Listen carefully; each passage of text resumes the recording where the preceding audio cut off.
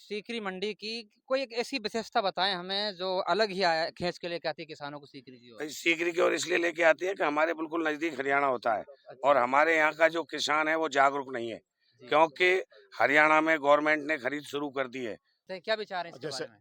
जैसे हम सुनते हैं, देखा तो नहीं, जैसे सुनते हैं आसपास मंडियों में किसानों के साथ कट्टे की बेईमानी हो जाती है, हम्म। क्या ढेर में सरसों निकल जाती है। ऐसे हमारे हम जब तक हम हमको 20-25 साल को करते करते हो गई, जी आज जी। तक हमारे जो कष्ट ये अपने काश्तकार हैं, काश्तकारों के साथ किसी भी व्यापारी ने, किसी भी पल्लेदार ने, जी। किसी भी हमारे जो शागिर्द होते हैं, चढ़ावा बोलते हैं जिनको, हम्म। उन्हें किसी के प्रकार की बेईमानी नहीं होती है, मतलब साफ सुथरा। हैं कि भाई चुनाव के बाद में भाव बढ़ सकते हैं। क्या कहना है आपका? भाई अभी तो लोकसभा के चुनाव है, 4 महीने के लगभग 3 महीने के अंतरकाल में ये पूरे होंगे। हम्म। तो हमारा मानना तो यह है कि सरकार शायद इन चीजों पर तेजी नहीं लाने पड़ेगी। दोस्तों नमस्कार। आप देख रहे हैं ब्रजमेवा 24 चैनल और हमारी मौजूदगी आज सीकरी कस्बे में है। और आपको दिखाई दे रहा होगा कि सीकरी की अनाज मंडी के अंतर्गत हमारी मौजूदगी है। आज हम थोड़ी सी जानकारी लेंगे कि सीकरी अनाज मंडी के अंतर्गत जो इस टाइम सरसों की जो भरमार ज़्यादा है, किसान लोग सरसों की बिक्री के लिए ज़्यादा आ रहे हैं। तो इस अनाज मंडी के अंतर्गत रहते हैं जो जो खरीद फरोख्त का कार्य करते हैं किसानों से, तो उनसे हम बातचीत करते हैं। आपके सामने एक ऐसा चेहरा दिखाई दे रहा होगा जो थोड़ा-सा जाना-पहचाना है। राम खंडेलवाल जी, उनसे बात करते हैं। राम जी, सबसे पहले तो आपका बहुत-बहुत स्वागत है। धन्यवाद आपके को और आपके चैनल को धन्यवाद। हम बात करें आज की सरसों की, तो क्या भाव रहा सरसों का? और सरसों के बारे में थोड़ा बताएँ कि उतार-चढ़ाव किस तरह का रहेगा लगभग? सरसों का आज का भाव हमारे सीकरी मंडी का 5150 से लेकर 5100 रुपये, 5100 से लेकर 5150 रुपये तक 42% कंडीशन बिका। जी, और जबकि भरतपुर में आज जो भाव रहा वो 5050 रहा। जी। तो सीकरी मंडी में पर डेयरी के हिसाब से माल बिकता है और हमारा व्यापारी पूरी मेहनत से हर डेयरी पर जाता है और हर डेयरी की बोली लगा करके उस हिसाब से माल बिकता है। अगर हम बात करें सीकरी मंडी की, कोई एक ऐसी विशेषता बताएँ हमें जो अलग ही आया खींच के लेके आती है किसानों को सीकरी की ओर? भाई सीकरी की ओर इसलिए लेके आती है कि हमारे बिल्कुल नज़दीक हरियाणा होता है और अच्छा। हमारे यहाँ का जो किसान है वो जागरूक नहीं है, जी। क्योंकि हरियाणा में गवर्नमेंट ने खरीद शुरू कर दी है। सरसों की खरीद हरियाणा में हो रही है, जी, जी। जबकि हमारे राजस्थान सरकार ने अभी तक सरसों की खरीद को कार्य प्रारंभ नहीं किया है।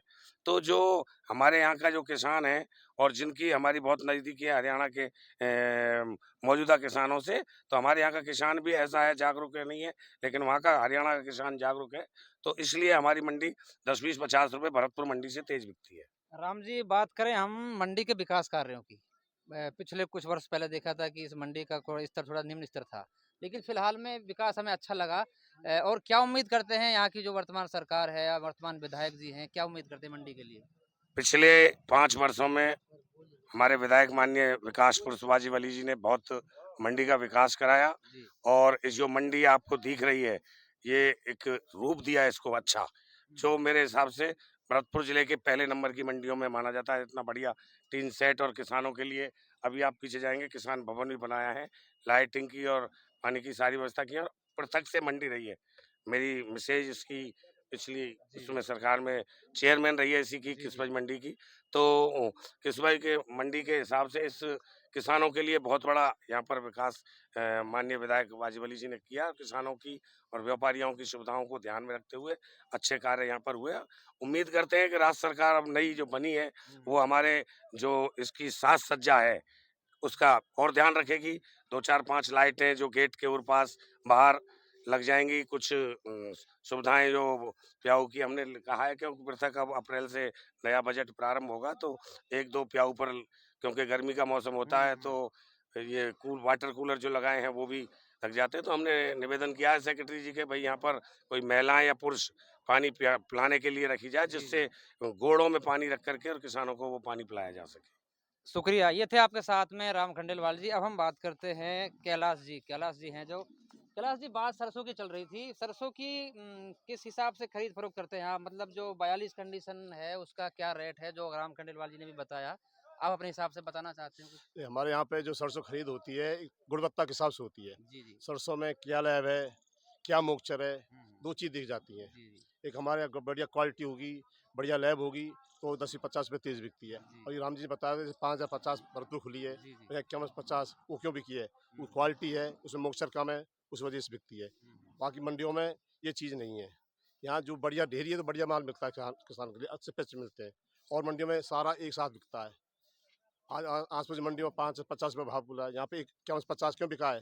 तो जी। एक हर क्वालिटी जैसी जिम्मेदार की है, जैसे किसान का जैसा माल उस हिसाब से क्वालिटी के साथ पैसे मिलता है। कैलाश जी, एक बात हम जोड़ना चाहते हैं कि किसानों का मानना है राम जी कि इस मंडी की सबसे बड़ी विशेषता बताते हैं किसान की यहाँ पर एक ईमानदारी बहुत देखी जाती है, क्योंकि किसानों के साथ में कई मंडियों में धोखाधड़ी हो जाती है, सरसों में इधर उधर एक एक दो कट्टा इधर उधर करना।